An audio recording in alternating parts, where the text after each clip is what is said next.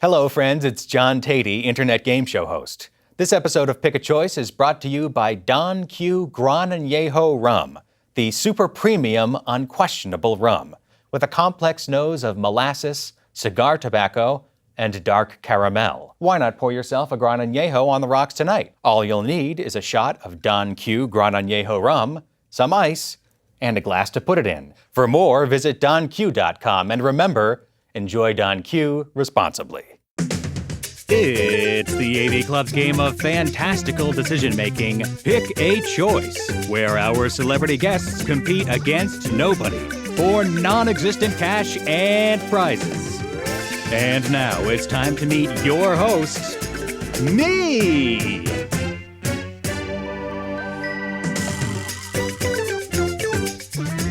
Hey, AV Clubbers, this is your editor-in-chief, and it's time again to play the decision-making sensation that's sweeping two nations. Pick a choice. My guest today is Jo Firestone. Hi, Jo. Thanks for being here. Thanks for having me. This is such nice ice water. Only the finest ice water for our guests. Well, I know you're a big game show fan, and we will get to that a little later. Oh, my gosh. Don't do research on me when I'm not around. You want me to research you only when you're here? Yes. I should have waited till you got here to Google you and whatnot. Because it says on this card that you are a Brooklyn-based comedian and producer. How did you find that out?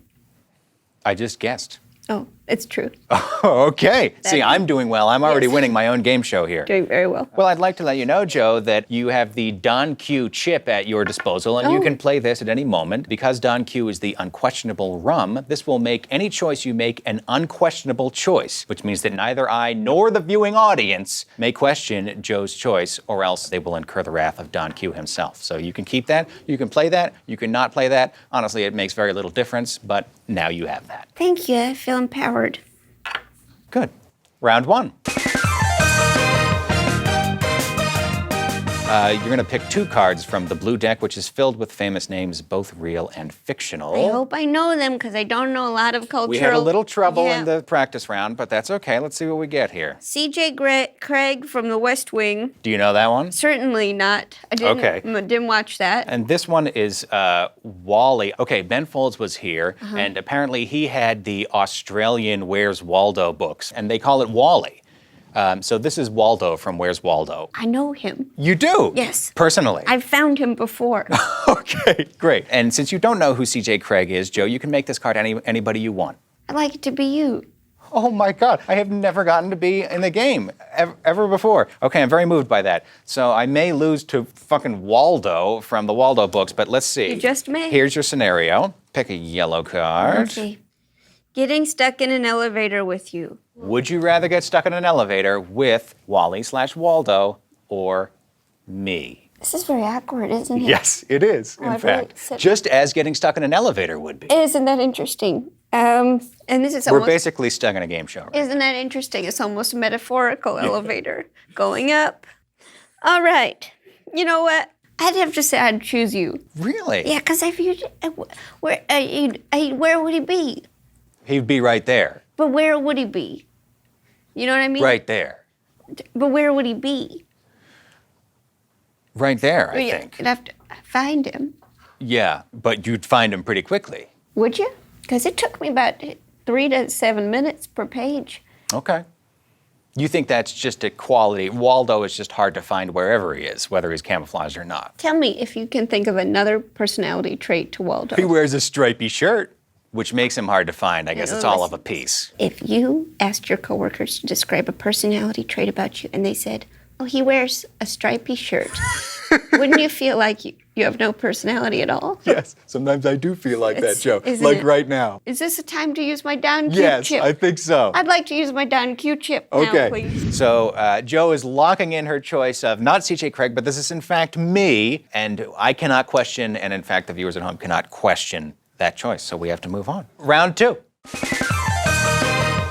Two more famous names. Do you think this is going exactly as you thought it might? I never know what to think, Jo, especially with you at this point. Ursula from The Little Mermaid. Yeah, do you know that one? I do. Okay, great, we're making progress. I took up some culture when I was 4, and Brian Dennehy or Pick Again.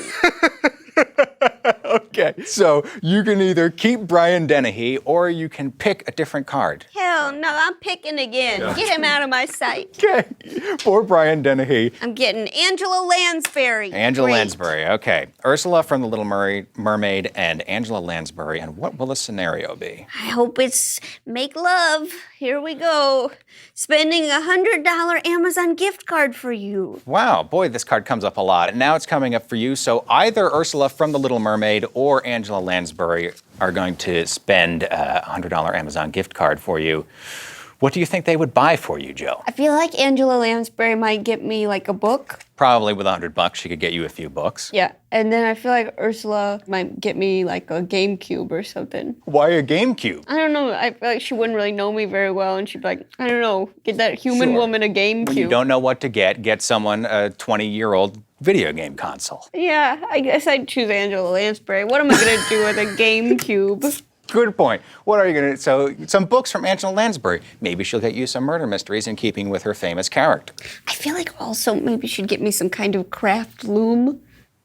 Really? Yeah, I feel like she'd be like, I bet you need one of these. I'm like, I bet you I do. It's like you know her. It's like she's here in the room and you know her. Wouldn't that be fun if she came in now? Like, wouldn't that be fun if that was in the budget? Yeah, exactly. We don't have the budget for that, Joe. We can't afford Angela Lansbury. We can only afford her name written on a card, and she may sue us for that. Who Has knows? anyone sued you? Not yet. I wish someone would. Bet Brian Dennehy will. Round 3. Joe, you run a podcast called Dr. Game Show. I do. Where people send in premises for game shows and then you play them. So what we have here, a little game for you called The Games People Don't Play. I'm going to read you a premise for a game show, and you have to tell me whether it was an actual game show or if it's just something I made up. Okay? Oh, Okay, so I hope this gets into emotional territory. I think with you it very well may, Joe. Okay, first one. This one was called Blank Check. On this 1975 game show that claimed to test players' ESP, a contestant writes herself a check and then other contestants try to guess the digits in that check. If anybody guesses a digit correctly, they get to write their own check and the game continues. Blank Check, is that real or fake? It sounds like a really good game show, but I feel like it's fake because why would they have a woman handling the money? Well, that was just my example. I didn't mean to say it could be a woman or a man. I don't know. That's real. Oh my God! Yeah, sorry. What a fun idea. It actually wasn't that much fun because Really? it was just guessing numbers. Sometimes game shows aren't that fun, but people win money. And that's kind of what we're after. You know? Yeah, even though there's no money on this game show, you will not be remunerated for this appearance. Next question. This one's called Zingers. On this trivia show, a contestant who answered incorrectly would face an extra challenge by answering zingers for the rest of the round. Zingers being normal questions that were read at extremely high speed by the show's host, famed Micro Machines pitchman, John Machida Jr. It would be really funny if they named a game show after something that might happen if you did something wrong. But I'm gonna say it's a fake game show. It is a fake one. You're on the board. Oh, Yes. I would Zingers. watch Zingers, I though, would wouldn't watch you? Zingers. Would you rather host Blank Check or Zingers? Zingers for sure. Well, I'm not sure I could talk fast enough. Come on, try it. Ask me a question. Okay, Ask me I'm what's... going to ask you this one as fast as I can. Malcolm. Before Jeopardy, Alex Trebek co-hosted this quiz game pilot with a smart-ass cartoon character named Malcolm who was animated in real time and could jump in to help contestants with the answers. What? No.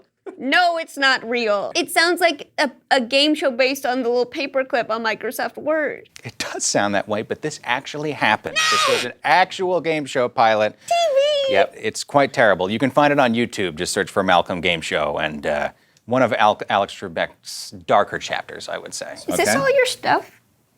Yeah, it belongs to us. Do you think it would be someone else's stuff? I didn't know if like these were from a personal collection. Here, I'll give you a record. Yeah, I'd love one. Oh, A Wrinkle in Time. Go home and listen to A Wrinkle in Time. Here you go. Wow, thank you so Yeah. much. Well, I guess you really do get paid. Okay, you're still 1 for 3, Joe. Right, even right, though right, you're right. even though you're winning prizes just by asking about the set, right. you do have to continue to compete here. Okay, next one. Ready? Three's a crowd. Fresh off the success of his Newlywed Game, producer Chuck Barris created this marriage-wrecking game in which a man's wife and his secretary competed to see who could better match his answers to provocative personal questions. Oh my gosh, I hope this is real. And indeed it is. That actually happened. Yes. No. It really ruined Chuck Barris's career. It was quite controversial. Ruined a lot of people's lives. It did. It got ugly, actually. It sure got ugly. But you're 2 for 4 now. You're making a comeback. So this is for the prize.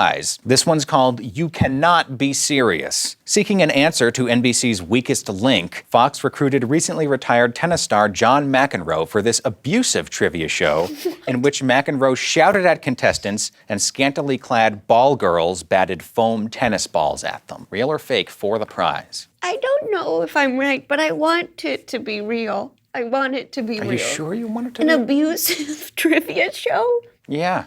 It's not real. It can't Okay, be. that is correct. Oh, it is not real. I made it up. You helped me, and you No, I didn't need didn't. to. That was all on your own, Joe. Don't be silly. So you win our prize of more leftover peeps. Honest to God, the peeps people sent us so many peeps, and we're sick of them. So Wow. you have some of those. Do you want one?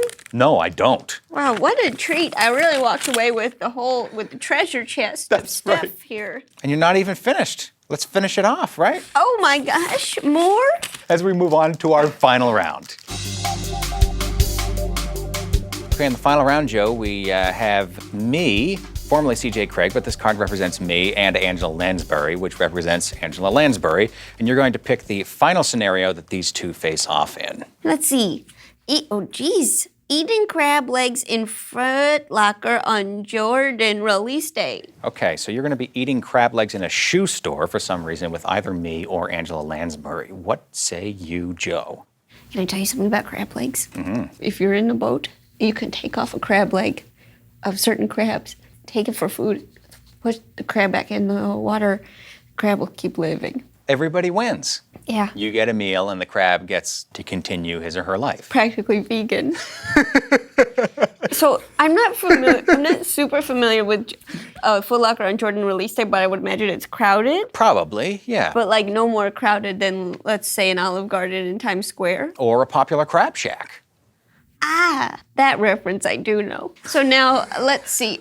To be honest, I feel like you're the type of guy that knows how to find space. Yeah. And I feel like you're no Waldo. You're not going to disappear on me. No. You're going to find a little corner, and you're going to be like, come here, bring those butter tubs. You eat them with butter, right? Sure, yeah. I don't know about a Details tub mixed of butter. It's Jordan release day. You got to be prepared. Okay, we got a lot of crab legs to get through, sure, yeah. So you go to find a corner, and I feel like you'd be pretty good at telling people, no, we don't want to try on anything. Right. We're just eating crab. Back off Yeah. with your shoes and your laces. Yeah, I once ate a soft pretzel in a Gap dressing room. I feel like that's kind of along the How did same that line. happen? You get hungry. You ordered the soft pretzel and then went to the Gap. Did you just want a private place to eat your pretzel? I guess I did. Yeah. I can understand that. A pretzel is an intimate food. All those knobs and spokes. All those knobs and spokes. Am I bringing back bad memories No, again? I'm going back by myself. I'm taking a little journey. Okay. Are you by yourself in Foot Locker, though, or are you taking me with you? No, I'll take you with me. Okay. Come on so back. For the first time ever, this is a historic moment in Pick a Choice. I somehow am the winner of our game. Well played, Joe. It also does kind of look like you're delusional and you think you're CJ Craig. This is me. I won. Yeah. If someone takes just that clip, it could be humiliating for me later who knows on. what editors are going to do? Those rotten editors. Yeah. Night creatures. Joe, you have been a thoroughly delightful player of our game. Thanks for As a having parting me. gift, we have this bottle of Don Q rum. I guess I'll put this with lemonade and try to impress my sister-in-law. Are they impressed by, your family's impressed by mixed drinks? Maybe they will. Never tried it yet. Okay. Sounds good. And before you go, Joe, if you could add to the deck by adding one famous name and one scenario, as you think you'd like to put on the cards, let's just say goodbye to the folks at home, shall we? Bye-bye, folks. Bye-bye. Goodbye. Goodbye, folks. Thanks for watching. Bye-bye. Bye-bye. Bye-bye.